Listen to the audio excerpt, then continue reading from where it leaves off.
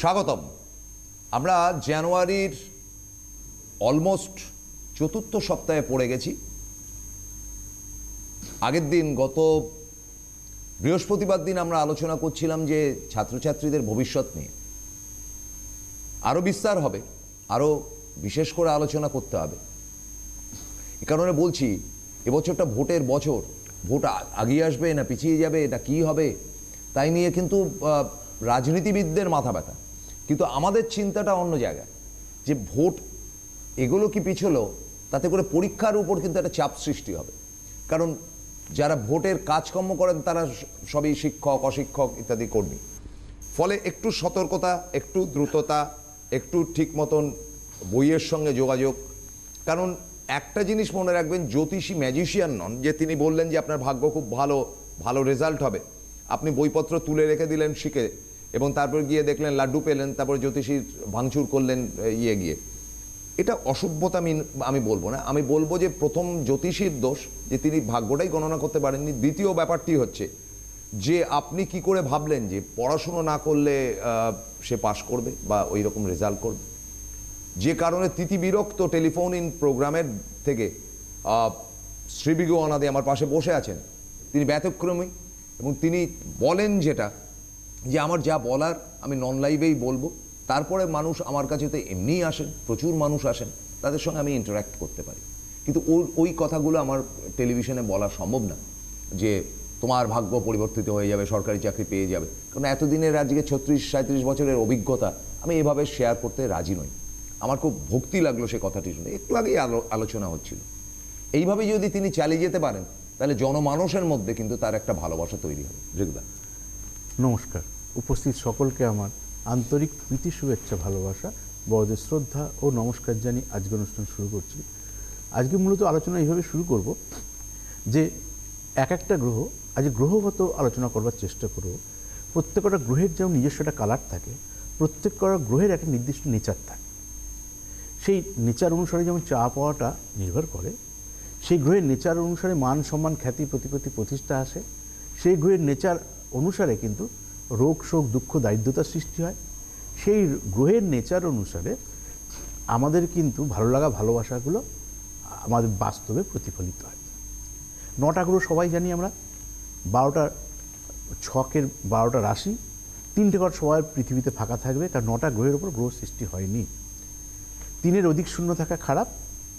এবার 3টে হোক, 4টে হোক, 5টে হোক, 6টা হোক, 3-এর অধিক যত শূন্য থাকবে তত খারাপ। 5টা থাকলে কালসর্পযোগ বলা আছে। চাঁদের বোথ সাইড 2টো ঘর যদি খালি থাকে তাকে কিমদ্রুম যোগ, এরকম অনেক শাস্ত্রে ব্যাখ্যা করা আছে, যেটা রোজই বলি। আজকে নতুন করে সেগুলো নিয়ে আলোচনায় যাব না, কিন্তু ওটা বেসিক জায়গাটা বলে বোঝাবার চেষ্টা করছি যে ডানা বাহাতের ডিক্লারেশনটা দিয়ে এবার শুরু করো মনুষ্য জীবনের কাহিনী। তাই 9টা গ্রহের যদি নাম না জানি তো 9টা গ্রহের কারো কথা শুনে কী করব?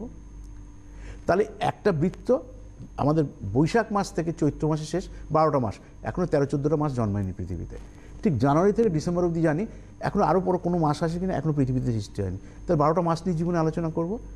পৃথিবীতে 12টা রাশি, 9টা গ্রহ, 12টা বাংলা মাস, 12টা ইংরাজি মাসের মধ্যেই মানুষের জন্ম। এরপরে যদি কেউ কিছু বোঝাতে চায়, হয় সে মিথ্যা বলছে, না আপনি ঠিক বুঝতে পারছেন না, তাহলে দায়বদ্ধতা তার। আর আপনিও সেই অশিক্ষিত লোক যে কেউ বললে 14টা মাস আসে, আপনি বিশ্বাস করলেন। আর সাধারণ মানুষের একটু বেশি সরকারি চাকরি পাই দেওয়ার শব্দতে খুব কিছু মানুষ খুব অভ্যস্ত। পৃথিবীতে পাইয়ে দিলে সব থেকে বেশি যদি কিছু হতো তাহলে আমি অনেক কিছু জীবনে মানুষের কাছ থেকে পেয়ে যেতে পারতাম। পাই দেওয়া শাস্ত্রে বলা আছে, এই জন্য গুরু সঙ্গ করা দরকার। সাধারণ মানুষ যায় না, গুরু মানে লোকে ভাবে ভগবানের সঙ্গে লিঙ্ক। গুরু ব্যাপারটার অন্ধকার জগৎ থেকে সে জীবনের আলোয় আলোকিত করবে, সে হচ্ছে গুরু। প্রথম জীবনে বাবা মা গুরু, তো বাবা মা কি ভগবান নাকি? তাহলে এই ভগবান, গুরু শব্দের অর্থের সাথে মানুষ জানে ভগবানের সঙ্গে লিঙ্ক। এর মাস্টারকে শিক্ষা গুরু বলায়, শিক্ষার জগতে যে অন্ধকার থেকে আলোতে আনবে, এইগুলোর জন্য একটা সঙ্গ দরকার, যেগুলো আমি এইটুকু সময়ের মধ্যে দাঁড়িয়ে এত কথা বলতে পারবো না। কিন্তু বোঝাতে চাইছি এই কারণে, সৎসঙ্গ সে বাবা মায়ের সঙ্গ হতে পারে, পরবর্তী শিক্ষক শিক্ষিকার সঙ্গ হতে পারে, সবটাই সৎসঙ্গের গুরুত্ব জীবনে রয়েছে। কেন? তারা আমাদের পজিটিভ কথা বলে, ভালো কথা বলে, তাদের কথা শুনলে কিন্তু আমরা অনুপ্রাণিত হই বা ভবিষ্যতে আমাদের উন্নতি হবে। ঠিক সেই ভাবনা থেকে যদি আমরা সেইগুলোকে খেয়াল না করি তাহলে আমরাই ভবিষ্যতে জীবনযাপন করব খারাপভাবে। কীরকম বলছি, এর আগে বহুবার বলবার চেষ্টা করেছি, জ্যোতিষশাস্ত্রের সঙ্গে এত ওতপ্রোতভাবে টিয়া পাখি থেকে সিংহ নিয়ে বসা লোক পর্যন্ত এতভাবে জড়িত আছে প্রসূনদা, কি বলবো, দুঃখের আমি বহুবার বলবার চেষ্টা করি, কারণ সবটা জ্যোতিষের সাথে রিলেটেড। একটা মাস্টার ডিগ্রি করা জ্যোতিষী আর একটা টিয়া পাখিওয়ালা জ্যোতিষীর মধ্যে লোকে বেসিক ডিফারেন্স করছে না, কিন্তু বলছে জ্যোতিষ উনিও করে। টিয়া পাখি নাকি ভাগ্য পরিবর্তন করতে পারে বলে, তা কে যাচ্ছে? আপনি যাচ্ছেন, দায়বদ্ধ তো আপনার। মানুষ আপনার ডায়াগনোসিস করতে পারছেন না, আপনার বাঘ সিংহ পশু পাখি আপনার ভাগ্য পরিবর্তন করবে। শাস্ত্রে বলা ছিল যে সবার ওপর মানুষ সত্য, তাহার ওপর নয়। তো মানুষের প্রয়োজনে পৃথিবীতে সব কিছু সৃষ্টি হয়েছে, কুকুর বিড়াল গাছপালা সব কিছু মানুষের প্রয়োজনেতে। মানুষের কারণে কিন্তু কুকুরের সৃষ্টি, প্রত্যেকটা জীবজীবীর ঈশ্বর সৃষ্টি করেছে, আপনি আমি সৃষ্টি করিনি। কিন্তু তার প্রয়োজনে একটা কুকুর বিড়াল গাছের প্রয়োজনে আপনার জীবন সৃষ্টি হয়নি। আমাদের প্রয়োজনে সেই গাছপালা আছে, সেই গাছপালা প্রাণ আছে কিনা কোনো একটা বিজ্ঞানী প্রমাণ করেছে। যখন প্রমাণ করেছে তার আগেও তো, প্রমাণ ছাড়াও তো বিজ্ঞান যখন সৃষ্টি করতে পারেনি তখনও তো গাছের প্রাণ ছিল। তো গাছের প্রাণ তো তখন থেকেই ছিল, পরে একটা প্রমাণ হয়েছে। এই জন্য আমি বোঝাতে চেষ্টা করি দর্শন আর বিজ্ঞানের সমন্বয় জ্যোতিষ। কারণ দর্শন হচ্ছে অনেক অ্যাডভান্স, আগে ছিল, যা কোনোদিন ছিল না, যা শুনিনি যা দেখিনি তা কোনোদিন প্রমাণ হবে না। বিজ্ঞান অনেক পিছিয়ে। আপনি ইউটিউব ঘাটবেন, অনেক আধুনিক ইনফরমেশনগুলো পাবেন। ভূত প্রেত দৈত্য দানব এর কোনো রকম ডেফিনেশন বিজ্ঞান পছন্দ করে না, কারণ বিজ্ঞান প্রমাণিত। আর ইউটিউব ঘাটলে অনেক অজানার তথ্য আপনি পাবেন, এগুলো সিসিটিভি ক্যামেরায় ধরা আছে। এটা সিবি গণতি ধরে রাখিনি তো, ওয়ার্ল্ডের অনেক কিছু নিউজগুলো রাত্রেবেলা দেখবেন, তাহলে আপনি বুঝতে পারবেন বাস্তবে সিরিয়াসনেস যে অনেক কিছু আছে, সবটাই বিশ্বাস অবিশ্বাস করার উপর নির্ভর করে না। কিন্তু বিশ্বাস করা শিখতে হবে যে এইটা যুক্তির বাইরেও অনেক কিছু আছে যেটা জ্যোতিষ আপনাকে অপারেট করবে। উদাহরণ দিয়ে বলি, ধরুন আপনি বই খাতা দেবেন, এটা স্বাভাবিক একটা নিয়ম। আমার সন্তান পড়াশোনা করতে গেলে, প্রসঙ্গ উপস্থাপনাগুলো পড়াশোনা নিয়ে বলুন, তা পড়াশোনা নিয়ে বলতে গেলে তাহলে প্রথম আপনি সন্তানকে বই খাতা দেবেন, 100% আমরা বাবা মারা দিচ্ছি। এবার কি হতে পারে, সন্তান বই পড়ছে না, তা সন্তান বই পড়ার মনোসংযোগ আসার জন্য কিছু আমি প্রতিকার দিতে পারি, আলাদা ব্যাপার। তার মানে বই দিতে হবে, সন্তানকে পড়তে হবে, তাহলেও পাস হবে না। এইবার মাস্টারকে ঠিকমতো খাতা দেখতে হবে, দ্যাট ইজ ভাগ্য। যেটা আমাদের দ্বারা নিয়ন্ত্রিত নয়, যেটা নিজের দ্বারা নিয়ন্ত্রিত নয় সেটাই কিন্তু ভাগ্য, যেখানে আপনার আমার কোনো হক নেই। আপনি জানেন না, আপনার দুঃখের বিষয় আপনার খাতাটা, আপনি হয়তো 100-100ই পেতেন অঙ্কে, আপনার খাতাটা কোনো মুদিখানার দোকানে বিক্রি হয়ে গেছে। সেটা আমাদের ব্যর্থতা, আমরা আমাদের ভাগ্য বলি, ব্যর্থতার বোঝা তো স্বীকার করি না। কোন মাস্টারকে গিয়ে ধরবো? কোনো একটা মাস্টারের সাইকেল থেকে পড়ে গেছে, বিভিন্ন নিউজে হয়তো দেখা যায়। তো আপনি একটা মাস্টার জানলেন সাইকেল থেকে নিয়ে যেতে পড়ে গেছে, কিন্তু সত্যি আপনার খাতাটা যাতে বিক্রি হয়ে গেছে কিনা জানেন না তো। আবার আপনি মোস্ট অফ স্টুডেন্ট, আপনি 50 প্রথম পেতে পারেন, মাকে এসে বলছেন, দেখছেন 99 পেয়ে আছেন, দ্যাট ইজ ভাগ্য। তার নিশ্চয়ই আপনি পড়াশোনা করছেন, 50 পাওয়ার জন্য আপনি 99 নিশ্চয়ই আশা করেন না। ঠিক আবার আপনি 90 পেতে পারেন, আপনিও আশা করেন আপনি 40 পান। তো যেটা আপনার দ্বারা নিয়ন্ত্রিত না সেটা জ্যোতিষ প্রতিকার করবে। খুব ভালো করে জায়গাটা বুঝতে হবে। তাহলে আপনি বই খাতা না দিলেও পাস হবে না, সে না পড়লেও পাস হবে না, মাস্টার খাতা না দেখলেও পাস হবে না। এই তিনটার কম্বিনেশনে একটা মানুষের জীবনের এডুকেশন সাকসেস, এটা ক্লিয়ার? তাহলে একটা গ্যাপ হলে হবে না। এবার কি করতে পারেন, বাবা বই খাতা দিক, তার জন্য কোনো পাথর সৃষ্টি হয়নি। তাহলে আমাদের স্বাভাবিক নিয়মে ধরে নিতে হবে আমরা সন্তানদের বই খাতা দেবো, পড়াশোনায় এনকারেজ করব। তাহলে এটার জন্য প্রতিকার দেওয়া হয় না। তাহলে এবার বাচ্চা পড়ছে না, তাহলে কেন পড়ছে না? মনোসংযোগের অভাব। তাই মনোসংযোগের অভাবটা কি? মনোসংযোগ কারো গ্রহটা কি? ওভারঅল চাঁদ, সবার জন্যই চাঁদ। এইবার এক একটা লোকের কারক অংশের গ্রহ এক একটা। ধরুন আজকে যেটা আলোচনা করতে চাইছিলাম রবি নিয়ে, রবি হচ্ছে মান সম্মান খ্যাতি প্রতিপত্তি প্রতিষ্ঠা। আচ্ছা প্রশ্ন, প্রতিষ্ঠা মানুষ কখন পাবে? যখন কেরিয়ারটা তৈরি হবে তারপর তো প্রতিষ্ঠা পাবে। একদম একদম। তার আগে প্রতিষ্ঠা হচ্ছিল। তাহলে এখন প্রতিষ্ঠাটাকে, যে শাস্ত্রে বলা ছিল যে যখন যে কাজের সঙ্গে যুক্ত থাকবে সেই কাজের প্রতিষ্ঠা যায়। অর্থাৎ আমি এখন মাধ্যমিক দিচ্ছি 2019-এ আমার সন্তান, তার 19 সালে আমার সন্তান যেন মাধ্যমিকটাই ভালো রেজাল্ট করে, সে তো ভাবছে না এইটা কেন ভালো রেজাল্ট হলো না, বা এইটা ভালো রেজাল্ট হয়েছিল আমার সন্তানের আবার যেন ভালো রেজাল্ট হয়, কেন এখন মাধ্যমিক ভাবছেও না যে উচ্চ মাধ্যমিক হোক। কেন? যেহেতু আমার সন্তান মাধ্যমিক দিচ্ছে, তাহলে এই মাধ্যমিকটা যাতে ওভারকাম ঠিকমতো করতে পারে, এটাই তো তার অ্যাম্বিশন, সেটাই হচ্ছে প্রতিষ্ঠা। এই এডুকেশনটাই পরবর্তীকালে কেরিয়ারে প্রতিষ্ঠা। গ্রহ তো চেঞ্জ হয় না, 20-30টা গ্রহ সৃষ্টি হয়নি তো। তার জন্মকালীন যদি রবি কারো খারাপ থাকে, তার প্রতিষ্ঠা পাওয়াটা ডিফিকাল্ট। বাস্তব এডুকেশনে যতটা খাটবে, যতটা শ্রম দেবে, তার রেজাল্ট আসবে না। রবি যে ধরনের এডুকেশন দেখে, রবি কী এডুকেশন দেখে? রবি স্বাস্থ্য দপ্তর ওরিয়েন্টেড। অনেকে ভাবে মেডিকেল মানে শুধু ডাক্তার, এমবিবিএস, তাহলে স্বাস্থ্য দপ্তরটা পৃথিবীতে চলতো না। তাহলে স্বাস্থ্য দপ্তর ওরিয়েন্টেড এডুকেশনে রবি দেখে রবি কোথায় আছে, কীভাবে আছে। তো রবি যদি কারোর খারাপ থাকে, স্বাস্থ্য দপ্তর ওরিয়েন্টেড এডুকেশন না করাটা প্রথম বুদ্ধিমানের কাজ, কারণ আপনি জানতেন না। তারপর রবি কোথায় আছে পরে আসছে। রবিকে বাড়িতে কি বলা আছে? পরিবারে হচ্ছে রবি হচ্ছে বাবা। যে বাড়িতে রবি খারাপ থাকে, যে সন্তানের রবি খারাপ থাকে, তার পিতার সঙ্গে মতপার্থক্য হওয়ার সম্ভাবনা থাকে। কারণ শাস্ত্রে বলা আছে জন্মস্থানে, আমরা বলি জন্মস্থানের বাইরে থেকে, তার মানে বলতে তো পারি না যে বাবা মার পরিবেশ থেকে আপনি ছেলেকে সরিয়ে দিন। এডুকেশন শুধু তাকে প্লেসটাকে চেঞ্জ করলো। কেন? ও বাবার সাথে ভবিষ্যতে মতপার্থক্য তৈরি হবে। একটা সময়ের পর যে বাবা মার মধ্যে পিতৃবিয়োগ হবে না মাতৃবিয়োগ হবে, এই প্রবণতাটাও জন্মকালীন ছক থেকে বোঝা যায়। কিন্তু এটা নিয়ে আলোচ্য বিষয় না বলে বলি না, কিন্তু সত্যি তো যে একটা সময়ের পর যদি দেখা যায় তার পিতাটা অতর্কিত হয়ে চলে গেছে, সে বাচ্চাটা মানুষ হওয়ার সম্ভাবনা কম থাকবে। আমি তো অনেক কিছু যুক্তি দিয়ে বোঝবার চেষ্টা করি, বলি না হয়তো, কিন্তু আমি তো বুঝলাম যে এই ছেলেটার ওই সময়ের পর আর এডুকেশনটা ইনকমপ্লিট থাকবে। আমি বললাম আপনি এই প্রতিকারটা করুন। সে বলছে আমার ছেলে ফার্স্ট হচ্ছে, সেকেন্ড হচ্ছে, ফিরে শুধু জানতে সে ডাক্তার হবে না ইঞ্জিনিয়ার হবে। আচ্ছা মা, আপনাকে সত্যি বলুন তো, আমি বুঝতে পারছি ওর বাবা এই সিকোয়েন্সে চলে যাবে পৃথিবী ছেড়ে, উদাহরণ দিয়ে বলছি। আচ্ছা ওর মা হাউস ওয়াইফ, ওর মা কী করে ওকে অপারেট করবে? ছকটা ইঞ্জিনিয়ার, তো ইঞ্জিনিয়ার তো আকাশ থেকে সে পড়ে না, পড়তে হবে, সেমিস্টারে পয়সাটা মাকে জোগাড় করতে হবে। মা হাউস ওয়াইফ, মা সেই অর্থ নেই। অনেক পরিবারে হাজব্যান্ড চলে যাওয়ার পর ডিসব্যালেন্স হয়ে গেছে, সেই লাইফস্টাইল মা ধরে রাখতে পারেনি। এবার আপনি সাধারণ মানুষ শুনতে কী অভ্যস্ত বলুন তো? আমি তো বহু লোকের সঙ্গে যাই, আমি বলতে পারি, কিন্তু বলবো কেন? আপেক্ষিক জিনিস দিয়ে হয় না। ধরুন আপনি যা প্রশ্ন করলেন আমি তার একটা অ্যান্সার দিলাম। আপনার চাকরি হবে, হবে, সরকারি চাকরি হবে, হ্যাঁ হবে। যে আমার কাছে কত লোক এসে ওপেন অফার দেয় জানেন?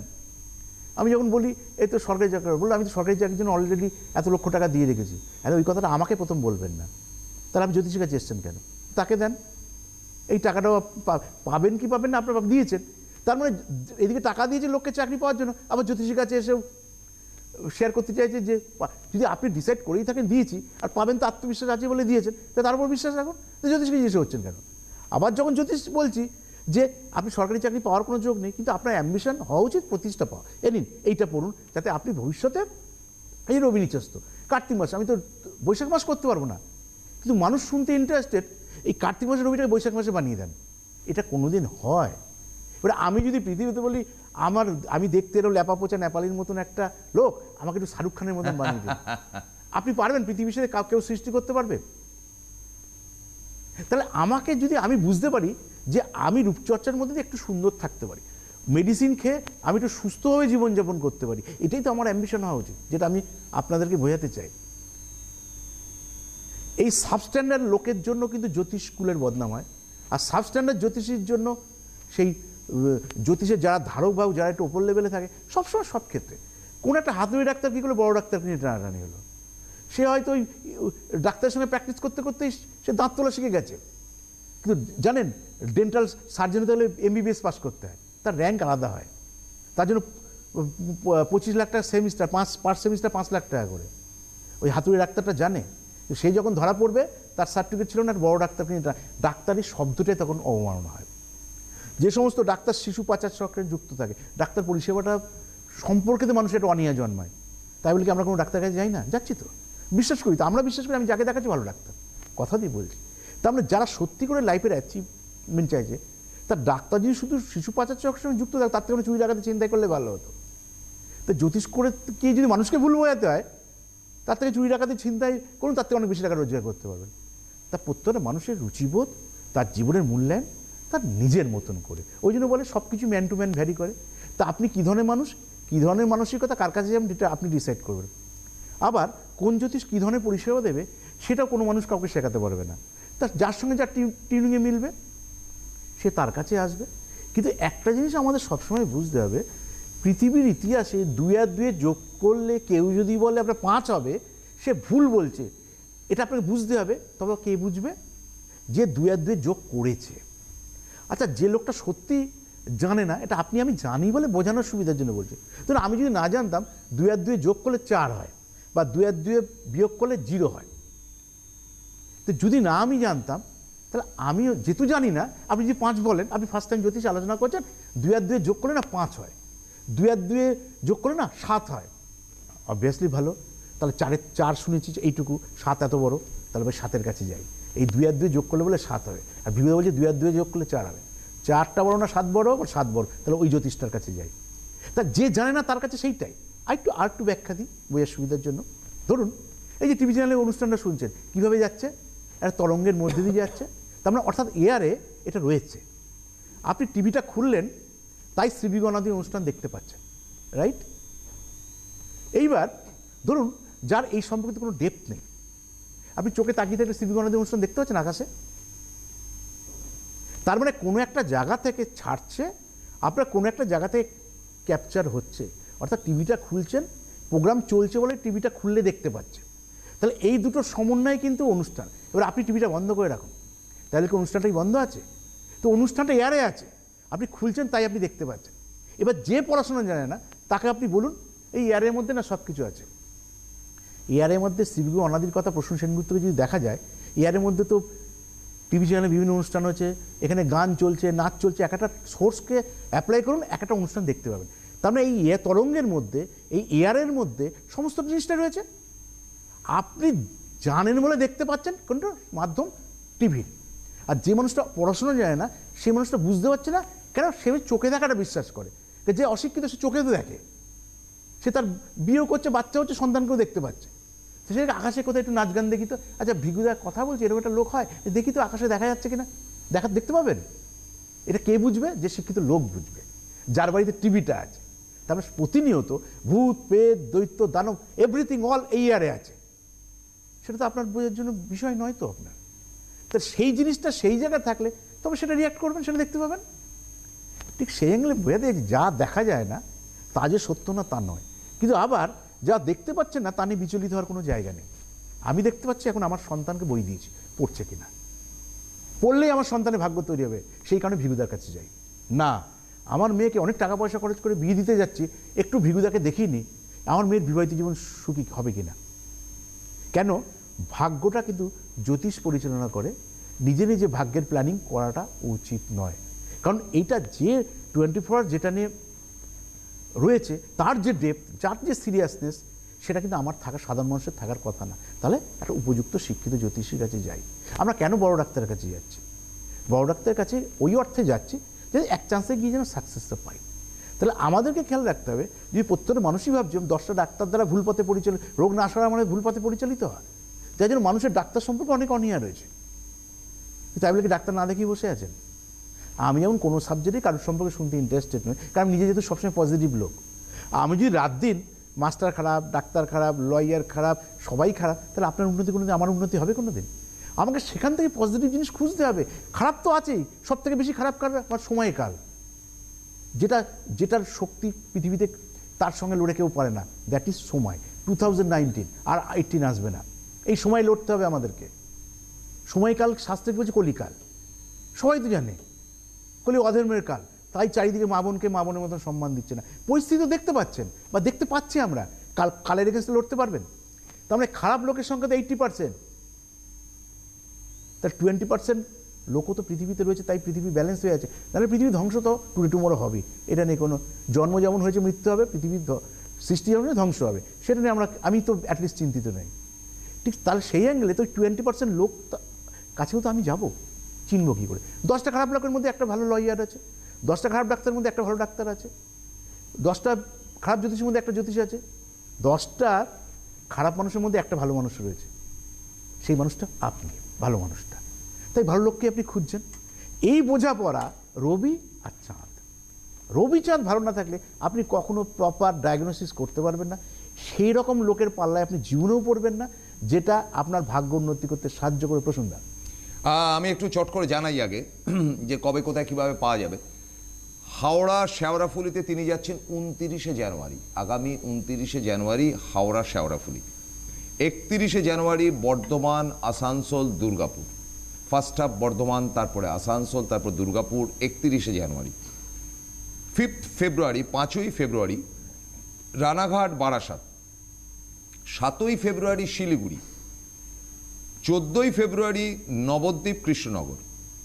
21শে ফেব্রুয়ারি খড়গপুর, মেদিনীপুর। এই হচ্ছে গিয়ে বাইরে যেখানে যেখানে তিনি যাচ্ছেন। এছাড়া প্রত্যেক রবিবার তার নিজস্ব চেম্বার খড়দা মডার্ন বাসস্টপ, অর্থাৎ খড়দার বিটি রোডের উপর মডার্ন বাসস্টপে আপনি নামলেই সামনে তার জ্যোতিষ সেন্টারটা পাবেন। প্রত্যেক সোমবার সকালে শিয়ালদার কাছে সূর্য সেন স্ট্রিট এবং আমা স্ট্রিটের ক্রসিংয়ে, আর বিকেলে বালিগঞ্জ যেখানে হাজারা রোড ক্রস করছে সেখানে। প্রত্যেক বুধ শুক্র শনি তিনি বসেন টালিগঞ্জ অ্যাস্ট্রো প্লাজা, তার নিজস্ব চেম্বার। কিভাবে? বুধবার দিন 4টে থেকে 7টা, বুধবার দিন 4টে থেকে 7টা, শুক্রবার দিন 12টা থেকে 3টে, শনিবার দিন 12টা থেকে 7টা। আবারও বলি, বুধবার দিন 4টে থেকে 7টা, শুক্রবার দিন 12টা থেকে 3টে, শনিবার দিন 12টা থেকে 7টা, টালিগঞ্জ অ্যাস্ট্রো প্লাজা, টালিগঞ্জ যেটা মালঞ্চ সিনেমা হলের সামনে। সেখানকার ফোন নাম্বার হচ্ছে 8350888268, আরেকটা হচ্ছে 9903204849। দেখুন তলায় যাচ্ছে, এখানে যাচ্ছে ফোন নাম্বার। আর প্রত্যেক শুক্রবার 4টে থেকে 7টা বেহালা। এই হচ্ছে ভৃগুদার মোটামুটি প্রোগ্রাম। ভৃগুদা, আমি চট করে জিজ্ঞেস করবো, এই বছর আমরা কিন্তু নতুন বছরে বাস্তু নিয়ে একটু আলোচনা করিনি। ছোট্ট করে বলি যে বাস্তু নিয়ে আলোচনা করতে গেলে তাকে কি বাস্তুর ডিটেল নিয়ে আসতে হবে আপনার কাছে? যেমন কেউ দেখাতে গেলে date of birth, place of birth, time of birth নিয়ে আসতে হবে। স্টুডেন্টের লাস্ট ইয়ারের মার্কশিটটা আনতে হবে। সেরকম বাস্তু ওরিয়েন্ট, সে দোকানের বাস্তু হোক, ইন্ডাস্ট্রির বাস্তু হোক, আর বাড়ির বাস্তু হোক। বাস্তু মানে ল্যান্ড বা জমি, যে জায়গাটাতে, বা অনেকে জমি জমা কিনছে, সেই জমিটায় কেউ দখল করে নেবে কিনা, সেই জমিটা ভবিষ্যতে বেচতে গেলে পাবেন কিনা, সেই জায়গার জন্য সেই ল্যান্ডের কিন্তু কাগজটা নিয়ে এসে বিচার করা। সব বিচারের সিস্টেম আলাদা। আবার সংক্ষেপে আমি ছুঁয়ে যাই সবার জন্য। আপনারা জানেন আমার ওয়েস্ট বেঙ্গলে 3000 টাকা ভিজিট, সেটা স্টুডেন্টদের জন্য 50% অফ 1500 টাকা আমার ছিল জানেন, আর সবার জন্য 30% অফ 2100 টাকা ছিল স্টুডেন্ট বাদ দিয়ে। এখন সবার জন্য অল 2000 ভিজিট হয়ে গেল। এই টানা 1 বছর, আপনার 6 মাস বলেছিলাম, 1 বছর ছাড়টা দিয়েছি। আর এখন থেকে সবাই সেম পরিষেবাই পাবেন, 2000 ওয়েস্ট বেঙ্গল ভিজিট। বাইরে অনলাইন প্রসেসে 5000 টাকা ভিজিট ছিল জানেন, লাস্ট 3 মাস 3000 টাকা করেছি, সেই 3000 টাকা 3000 টাকায় রয়েছে। ভারতবর্ষ পৃথিবীর যে কোনো প্রান্ত থেকে অনলাইনে যারা বিচার করবেন তার 3000 টাকা ভিজিটই রয়েছে। হোয়াটসঅ্যাপে যেন বিচার করতে পাঠান, হোয়াটসঅ্যাপ নাম্বার তো রয়েছে 7980777315। কিন্তু মাথায় রাখতে হবে, ওখানে শুধু বললে হবে না, কারণ ফোনটা যারা যে রিসিভ করে সে আমাকে দৈনন্দিন জীবনে দিয়ে দেয় যে এই কটা এসেছে, এবার তাদেরকে ব্যাঙ্ক ডিটেল পাঠানো হয়। তারপর তারা ইন্টারেস্টেড হলে ব্যাংকে টাকা জমা পড়লে 48 ঘন্টার মধ্যে তাদের কাছে সেই পরিষেবাটা পৌঁছে যাবে। কিন্তু ফ্রিতে কিছু নেই, সিস্টেম নেই, ফ্রিতে কিছু হয় না। তাহলে আমাদেরকে মাথায় রাখতে হবে যে আমি কি চাইছি, কি পরিষেবাটা চাইছি। টেকনোলজি যুগ, এই মুহূর্তে ভারতবর্ষের বিভিন্ন প্রান্ত থেকে আপনি আসতে পারছেন না, তার জন্য কিন্তু হোয়াটসঅ্যাপ রয়েছে। দ্বিতীয় কথা, জোটক বিচার। জোটক মানে বোথ সাইড মেলানো বিবাহের ক্ষেত্রে। সেটা ভারতবর্ষের যে কোনো প্রান্ত ভিজিট 5000, ওয়েস্ট বেঙ্গলেও 5000, প্রত্যেকটা সিস্টেম আলাদা। বা এই যে আপনি বাস্তু দেখাতে আসেন, বাস্তু ওয়ার্ল্ডের যে কোনো জায়গায় বিচার করি, মানে অনলাইনে বিচার করি, আর আপনি এসেই ফিজিক্যালি বিচার করেন 5000। তা বক্তব্য হচ্ছে হাত দেখাতে এসেই ওই স্লিপ বার করে দিলে হবে না, অনেকে বোঝে না, যদি একটু আমার এটা দেখে দিন না, আমার এটা দেখে দিন না। প্রত্যেকটা সিস্টেম আলাদা। সিস্টেম ফোনে ভালো করে জেনে নেবেন, সে জ্যোতিষ ক্লাস করতে গেলেও সিস্টেম জানবেন। আর যদি দেখাতে আসেন, কি দেখাতে আসতে চাইছেন সেটা জানলে সেই ধরনের ভিজিট বলবে, যাতে আপনি কোনো অসম্মানজনক পরিস্থিতিতে না পড়েন, আর আমাকেও যেন মানসিকভাবে বিব্রত না হতে হয়, বিব্রত আমি পারছি না করে দিন, এই অবস্থায় যাতে না পড়তে হয়। এই কথা বলে আজকে আমি আমার মতন করে আমি শেষ করব। আমি একদম শেষে জানিয়ে দেবো যেটা, যে আমাদের তো নিয়মিত অনুষ্ঠান হচ্ছে সিটিভিএন এবং উত্তর বাংলাতে, এবং উত্তর বাংলা কলকাতার দক্ষিণ থেকেও আমরা ফোন পাই, মানে দক্ষিণ কলকাতা থেকে আর কি, বেহালা টেহালা ইত্যাদি অঞ্চল থেকে, যে তারা দেখতে পাচ্ছেন নিয়মিত। যাই হোক, শেষ করতে হচ্ছে, প্রত্যেক মঙ্গল এবং বৃহস্পতি আমরা ফিরে আসবো আপনাদের দরবারে ঠিক 3টের সময় এবং দুপুর 3টে। আর শুক্র শনি উত্তর বাংলা চ্যানেলে রাত 9টা এবং রবিবার দুপুর 1টা 5-এ। আজকের মতো শেষ করতে হচ্ছে। থ্যাংক ইউ ভেরি মাচ ভৃগুদা, আমাদের আবার ফের দেখা হবে। ভালো থাকবেন, নমস্কার। নমস্কার।